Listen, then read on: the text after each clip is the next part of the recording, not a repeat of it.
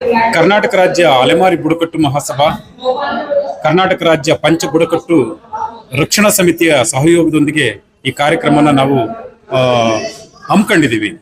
ಕರ್ನಾಟಕ ರಾಜ್ಯದ ಮಾನ್ಯ ಮುಖ್ಯಮಂತ್ರಿಗಳು ಇವತ್ತು ಈ ಕಾರ್ಯಕ್ರಮವನ್ನ ಉದ್ಘಾಟಿಸ್ತಾ ಇದ್ದಾರೆ.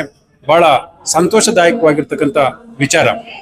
ನಾವು ಅಡವಿ ತಾಯಿ ಮಕ್ಕಳು, ಆದಿವಾಸಿಗಳು, ಬುಡಕಟ್ಟುಗಳು, ಅಲೆಮಾರಿಗಳು, ಇವರು ಕಾಡಿನ ಅಡವಿ ತಾಯಿ ಮಕ್ಕಳು. ಕಾಡುಗಳು ಸಾವಿರಾರು ವರ್ಷಗಳಿಂದ ಈ ಆದಿವಾಸಿ ಸಮುದಾಯಗಳನ್ನ ಕಾಪಾಡಿಕೊಂಡು ಬಂದ್ರೆ ಇವತ್ತಿನ ಕಾನೂನು ಕಾಯ್ದೆಗಳು ಅವರನ್ನ ಕಾಡಿನಿಂದ ಹೊರದಪ್ಪುವಂತ ಪ್ರಯತ್ನವನ್ನ ಮಾಡ್ತಾರೆ.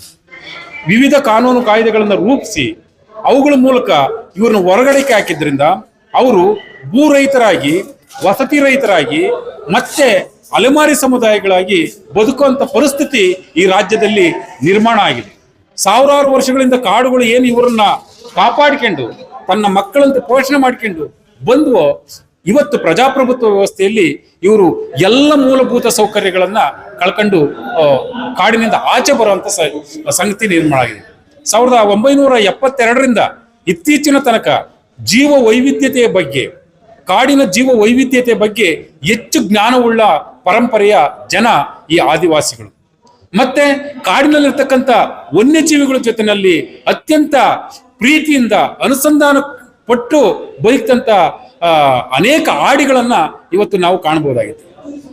ಇಂಥ ಆಡಿಗಳಲ್ಲಿ ಬದುಕ್ತಕ್ಕಂಥ ಜನನ ಅವ್ರನ್ನ ಪುನರ್ವಸತಿ ಕಲ್ಪಿಸ್ತೀವಿ ಅಂತ ಹೇಳ್ಬಿಟ್ಟು ಅವ್ರಿಗೆ ಕಾಡಿನ ಆಚೆ ತಂದು ಅವ್ರಿಗೆ ಯಾವುದೇ ರೀತಿಯ ಸರಿಯಾದ ಸಾಮಾಜಿಕ ಮುಖ್ಯವಾಹಿನಿಗೆ ತರುವಂತಹ ಪುನರ್ವಸತಿ ಸೌಲಭ್ಯಗಳನ್ನ ಕಲ್ಪಿಸದೆ ಈ ಕಡೆಗೆ ಅವರು ಕಾಡಿನ ಮಕ್ಕಳು ಅಲ್ಲ, ಈ ಕಡೆಗೆ ನಾಡಿನ ಒಕ್ಕಳು ಅಲ್ಲ ಅನ್ನುವ ಸ್ಥಿತಿನಲ್ಲಿ, ದಾರುಣ ಸ್ಥಿತಿಯನ್ನ ಇವತ್ತು ನಿರ್ಮಾಣ ಮಾಡಿರ್ತಕ್ಕಂಥದ್ದು ಅತ್ಯಂತ ಅಮಾನವೀಯ ಅಂತೇಳಿ ನಾವು ಭಾವಿಸ್ತಾ ಇದ್ದೇವೆ. ಹಂಗಾಗಿ ಇವತ್ತು ಆದಿವಾಸಿ ದಿನಾಚರಣೆಯ ಮೂಲಕ ಇದೇ ಪ್ರಪ್ರಥಮ ಬಾರಿಗೆ ಕರ್ನಾಟಕದಲ್ಲಿ ಮಾನ್ಯ ಮುಖ್ಯಮಂತ್ರಿಗಳು ಡಿ.ಕೆ. ಶಿವಕುಮಾರ್ ಸಾಹೇಬರು ಈ ಕಾರ್ಯಕ್ರಮವನ್ನು ಉದ್ಘಾಟಿಸ್ತಾ ಇದ್ದಾರೆ. ಅತ್ಯಂತ ಐತಿಹಾಸಿಕವಾಗಿರ್ತಕ್ಕಂಥ ಕಾರ್ಯಕ್ರಮ. ಕರ್ನಾಟಕ ರಾಜ್ಯದಲ್ಲಿ ಇವತ್ತು ಆದಿವಾಸಿ ದಿನಾಚರಣೆಯನ್ನ ಮುಖ್ಯಮಂತ್ರಿಗಳು ಏನು ಉದ್ಘಾಟನೆ ಮಾಡಿ ಅವ್ರನ್ನ ಕುರಿತು 4 ಮಾತಾಡಿ ಅವರಿಗೆ ಪೂರಕವಾಗಿರ್ತಕ್ಕಂಥ ಪುನರ್ವಸತಿ ಕಲ್ಪಿಸ್ತಕ್ಕಂಥ ಕಾರ್ಯಕ್ರಮವನ್ನು ರೂಪಿಸಬೇಕು ಅಂತೇಳಿ ಈ ಸಂದರ್ಭದಲ್ಲಿ ನಮ್ಮ ಹಕ್ಕೊತ್ತಾಯಗಳನ್ನ ಮಾಡ್ತಾ ಇದ್ದೇವೆ. ನಮ್ಮ ಬೇಡಿಕೆಗಳನ್ನ ಅವ್ರು ಮುಂದಿಡ್ತಾ ಇದ್ದೇವೆ.